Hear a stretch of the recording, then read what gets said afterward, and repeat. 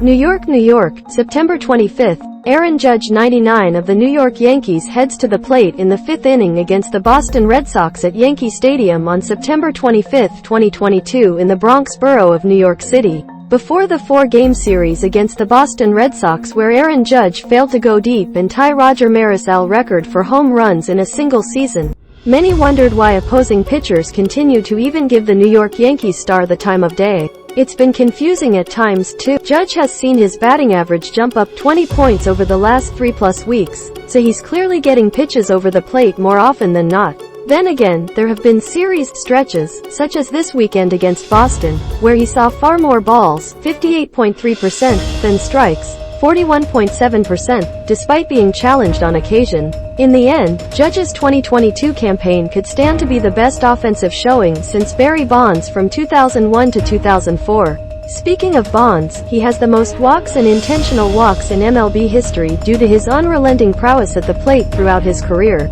That gave birth to the term the Bonds treatment when it came to pitchers doing all they could to avoid inevitable embarrassment, failure.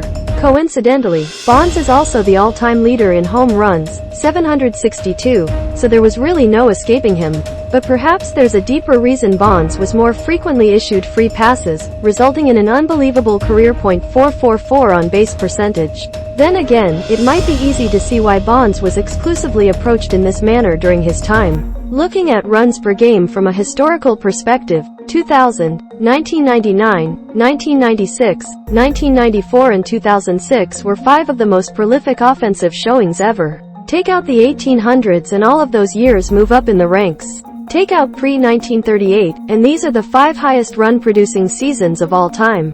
Bonds played in all of them. Here were his numbers in all of those seasons. 2000.306 AVG, 1.127 OPS, 129 runs scored, 49 HRs, 106 RBI, 188 OPS plus, 139 total walks in 143 games. 1999.262 AVG, 1.006 OPS, 91 runs scored, 34 HRs, 83 RBI, 156 OPS plus, 82 total walks in 103 games. 1996.308 AVG, 1.076 OPS, 122 runs scored, 42 HRs, 129 RBI, 188 OPS plus, 181 total walks, led MLB in 158 games. 1994.312 AVG, 1.073 OPS, 89 runs scored, 37 HRs, 81 RBI, 183 OPS plus, 92 total walks, led MLB in 112 games. 2006.270 AVG, .999 OPS, 74 runs scored, 26 HRs, 77 RBI, 156 OPS plus, 153 total walks, led MLB in 130 games. Aaron Judge note, just 30 of 72 pitches that Judge has seen since his 60th home run have been in the strike zone, 41.7%. He swung at 23 of those in-zone pitches. He has 5 BB and 6 Ks in that span. Bonds was the most dominant player in the most prolific offensive environments, leading to this one-of-a-kind treatment. Makes sense, but let's dig a little deeper. Bonds led MLB in walks and intentional walks 10 times, walks 2 more times, and intentional walks 2 more times. Let's look at all of those seasons: 1992, 1993, 1994, 1995, 1996, 1997, 1998, 2000, 2001, 2002, 2003, 2004, 2006, 2007. And let's make the research a bit more granular, concerning Bonds' team's offensive production overall. Sadly, Bonds only made it to the postseason 7 times in his career with the Pittsburgh Pirates, 3, and San Francisco Giants, 4. He led his team in WAR in every season except 4 across his 22 big league years. Here's where his teams ranked offensively in regard to runs per game those years, however. Only 5 of those 14 seasons saw Bonds on a team with a top 10 offense, which was largely driven due to his production. So it's easy to see why he was issued more free passes than anybody in history. Not only was he arguably the best hitter of all time, but more times than not he was surrounded by other hitters pitchers didn't fear. His 688 IBBs, compared to the second-place Albert Pujols with 316, says it all. The same can't be said about Judge, who, while he's accomplished so much despite the Yankees' offense fluttering spectacularly, is the leading force on MLB's No.2 offense in 2022, 5.07 runs per game, which has a stranglehold over the next best mark, 4.88, as they trail the Dodgers for first, 5.31. Pitchers have thrown 654 times this year into the heart of Aaron Judge's strike zone. Only 8 MLB batters have seen more. Judge is batting .456 and slugging 1.106 versus those pitches. 41 of his home runs have come on those pitches. All of those are of course the highest in MLB. The moral of the story is that the Yankees have hitters up and down this lineup that will make you pay. Putting Judge on base only runs a greater risk for New York putting him across the plate. He leads MLB with 99 walks and trails Jose Ramirez, 19, in intentional walks by 2.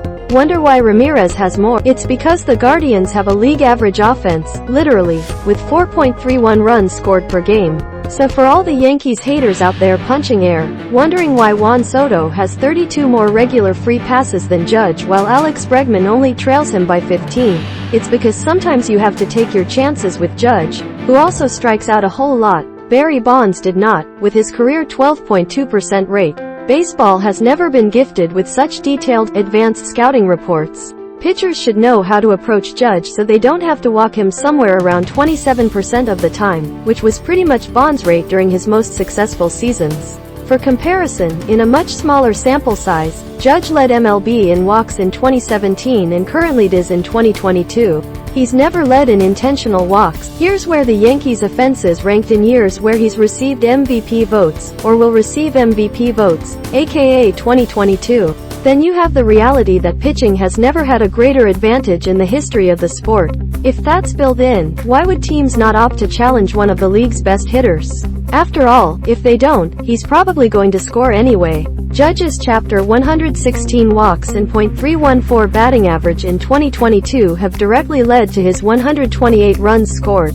Additionally, he's led off a game or an inning a total of 160 times this year and has only walked 11.8% of the time. Because stats show leadoff walks are an absolute killer. 5 full counts for Judge tonight, 4 walks. He has had 140 full counts this season, the most in the majors. And they're trying to give him a Bonds-light treatment, but you can see how difficult it is without completely surrendering before the at-bat even begins. Judge may have gotten a bit lucky with far too many pitchers giving him middle pitches down the stretch, but during his 2 MVP caliber seasons, he's been almost impossible to pitch around given the circumstances surrounding him. Additionally, baseball is largely a game of failure, right? So perhaps many teams didn't think much of it when Judge was hitting .274 with a .354 OBP back on July 15th. As a result, the pitching attempted to take advantage. The only weird thing is that they've appeared to not learn much of anything, as Judge has put forth his best 2 full months of action dating back to late July. He's walked a ton, 53 walks in his last 51 games,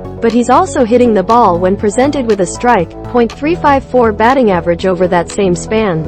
And the reason he's walked so much is because he's been the Yankees' leadoff man for a good portion of that, and it's really difficult to dance around the first batter of the game. Pitch to him, he'll probably hit. Walk him, he'll probably score. There's no winning in this scenario, which is quite plainly why this guy is the MVP. On a more basic level, though, who wants to see intentional walks in a depressed offensive environment? Maybe MLB was able to get away with doing that to Bonds so many times because, in most of those years, offense was keeping the game afloat across the entire league. It's hard to see where baseball's entertainment value would be this year if you subtract 20 of Judge's home runs and replace them with walks.